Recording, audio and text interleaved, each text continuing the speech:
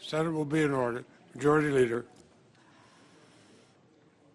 Mr. President, I'm pleased that we have finally come to this point.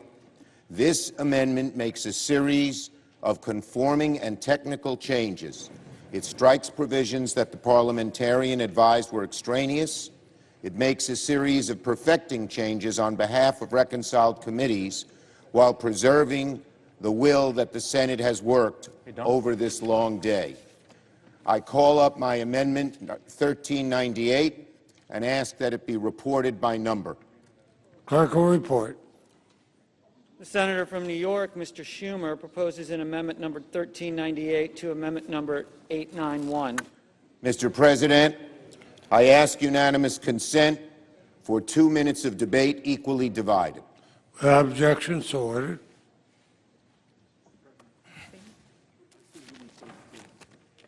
Thank you. Mr. President, Thanks, Ben.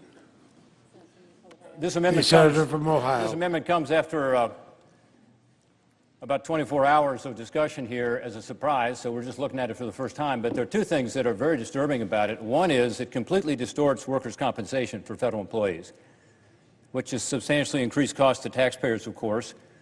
It also sets a terrible precedent in terms of how workers' comp works. Workers' comp, of course, is for people who are injured on the job, and you have to show you've been injured on the job. That's how it works. It's a basic principle of workers' comp.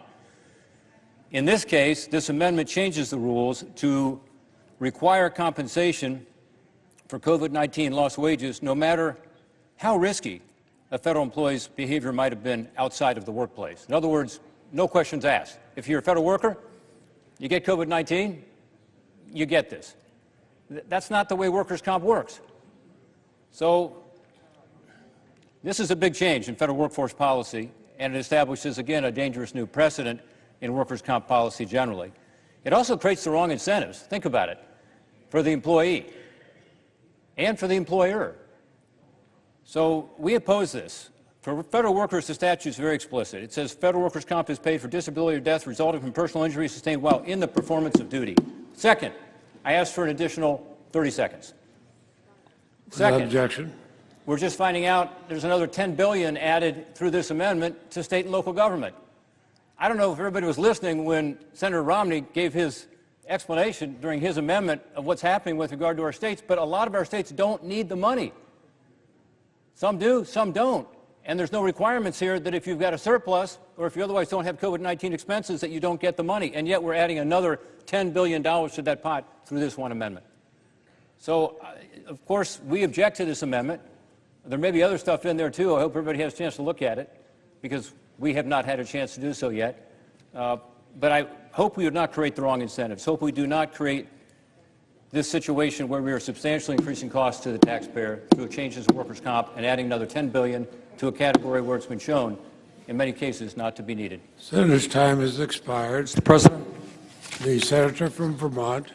Mr. President, I rise in support of the technical amendment and very strong support of the overall bill, the American Rescue Plan. Let's be clear. This bill that we are completing now is the most significant piece of legislation to benefit working people in the modern history of this country. And not only are we going to go forward to crush this pandemic, to rebuild our economy and to get our kids back to school safely, we're going to do something even more important. We're going to help restore faith in the United States government among the people of our country. The people are hurting, and today we respond. All time has expired. The question is on the amendment. The all time has expired. The question is on the amendment. Those in favor say aye. Oppose? No. The ayes appear to have it, and the ayes do have it. The amendment is agreed to. The amendment is agreed to. The question is on amendment number 891 as amended.